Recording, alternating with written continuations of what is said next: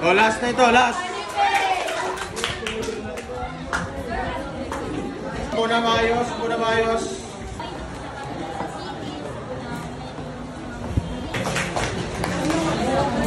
Ganda-ganda na mga ginawa nyo, pero ano.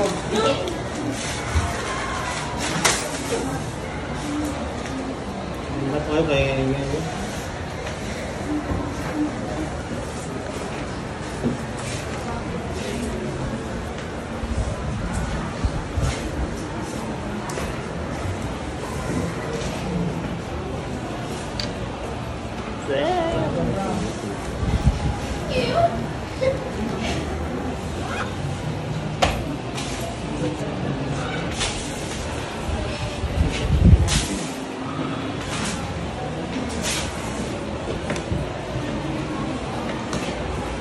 Anong pakiramdam niyo sa ginawa ko?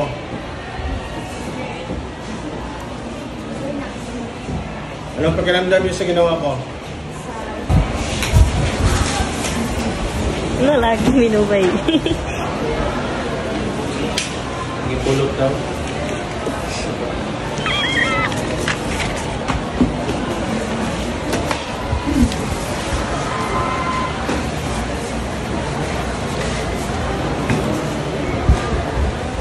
Ano pa? Sabihin nyo kung anong pakiramdam nyo. Galit kayo? Galit? Disappointed.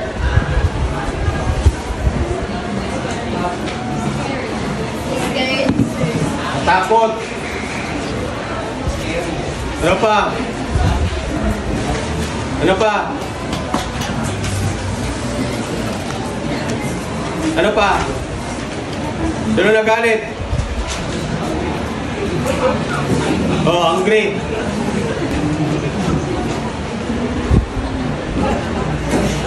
Now,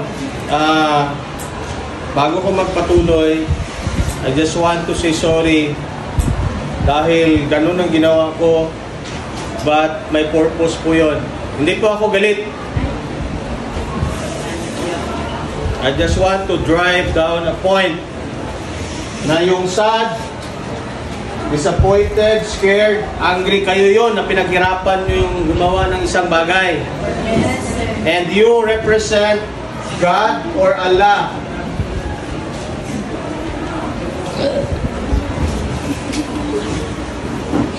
You represent Allah or God na lumikha ng lahat ng mga bagay dito sa mundo, pinaghirapan niya, pero anong ginawa ng tao? Sinira!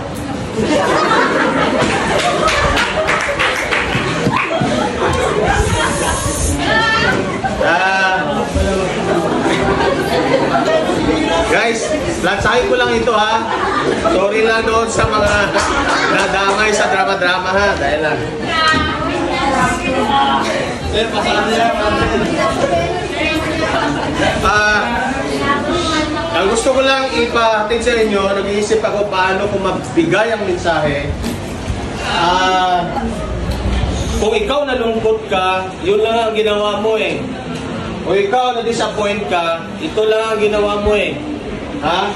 Scared ka, natakot ka, nagalit ka, ano? How much more yung gumawa ng mundo natin, ano, na binigay niya sa atin na napakaganda ng tubig, napakaganda ng kalikasan. Anong ginawa natin? Sinira natin.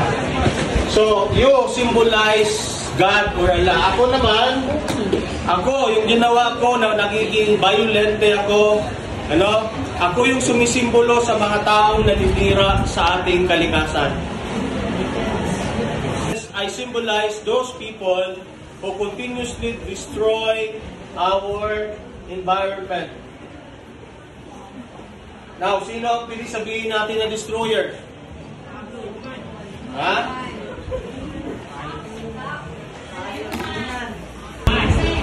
Yes, sir. Yung mga involved sa mining, sa logging.